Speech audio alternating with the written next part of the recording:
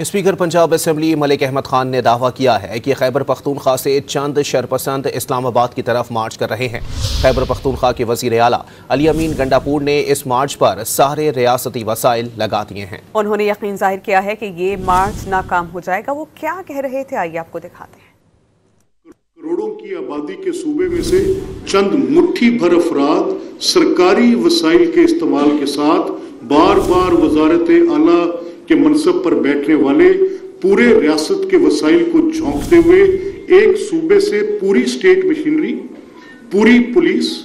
پوری law enforcement, ہر district سے محکموں سے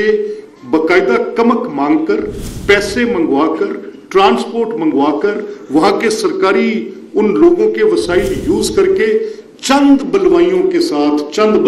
ساتھ آ کر دارالخلافے پر چوتھا حملہ ہے۔ یہ کروڑوں کی آبادی کے صوبے میں سے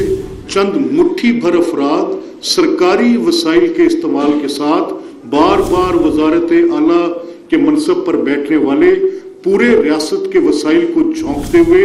ایک صوبے سے پوری سٹیٹ مشینری، پوری پولیس، پوری لا انفورسمنٹ، ہر ڈسٹرکٹ سے محکموں سے باقاعدہ کمک مانگ کر، پیسے منگوا کر، ٹرانسپورٹ منگوا کر، وہاں کے سرکاری ان لوگوں کے وسائل یوز کر کے چند بلوائیوں کے ساتھ آ کر دارالخلافے پر چوتھا حملہ ہے۔ یہ